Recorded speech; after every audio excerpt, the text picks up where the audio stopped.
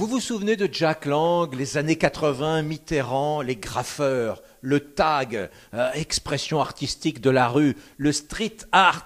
Jack Lang, c'est fini tout ça. C'est terminé. Ce matin, je suis sorti de chez moi, de mon parking avec ma petite voiture. Il y avait un très joli bâtiment public qui était sous échafaudage et sous bâche depuis un an. Un an de restauration payée par le contribuable français. Ce matin, eh bien, j'ai découvert le bâtiment sans bâche et sans échafaudage. Magnifique, très beau. La pierre dorée, la pierre de Paris.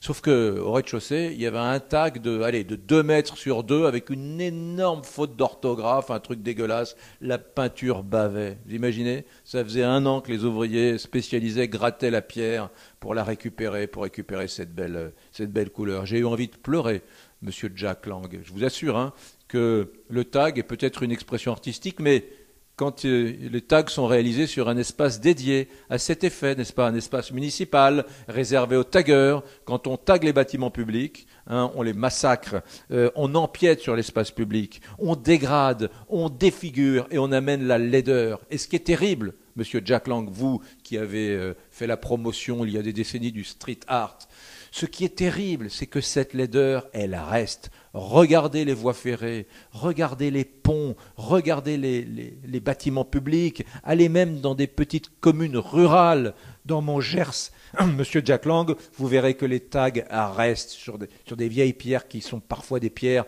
du Moyen-Âge. Vous verrez que ces tags restent dans les villes moyennes, parce que les budgets dédiés par la SNCF, ou par les communes, ou même à Paris par la RATP pour effacer les tags, sont des budgets infimes. Alors oui, parfois, quand on se promène sur Internet, on voit des artistes de rue magnifiques, mais malheureusement, ils ne sont pas en France. Il y a Banksy, il est à Londres, il fait des peintures éblouissantes sur des murs qui sont en général des murs dans des petits coins qui ne sont pas des endroits très valorisants, voyez-vous. Et donc, il leur donne une valeur supplémentaire, Banksy.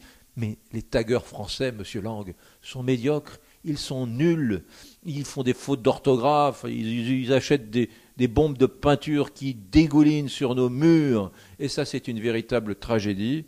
Il faut tout simplement que cette sale habitude cesse. Il faut que de Nice à Lille et de Brest à Mulhouse, ces taggeurs changent d'activité, je sais pas, envoient des CV à Pôle emploi, mais cessent d'en les dire nos vies.